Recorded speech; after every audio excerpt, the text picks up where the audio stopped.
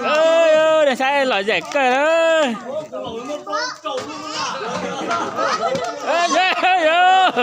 cái tiền tiền đó tụi này ai thi đấu ông Lậu nào?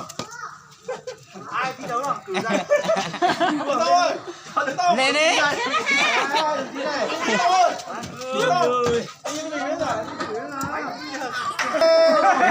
để sai loại rẻ cờ đó có nhiều bộ nó khác không đó đấy có shit không là cái không đó ấy có án nó này không phải tờ cái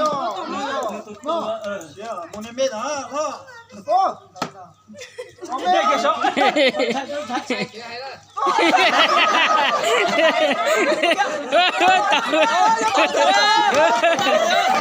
cái gì tả đó để sai đó là rẻ cờ đấy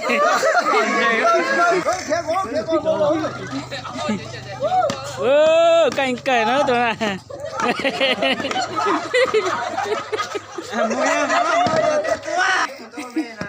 thế tụi nó một tàu chứ tụi nó tàu đó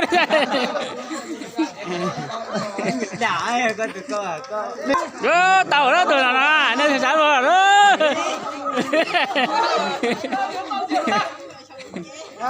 Chấp anh Lậu. Không khéo là nó mà anh. tàu đó tụi nó nè Vô này.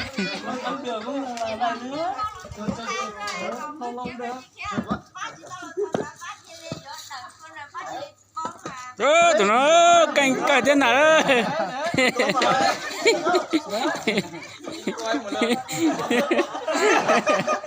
Kẹp cũng được.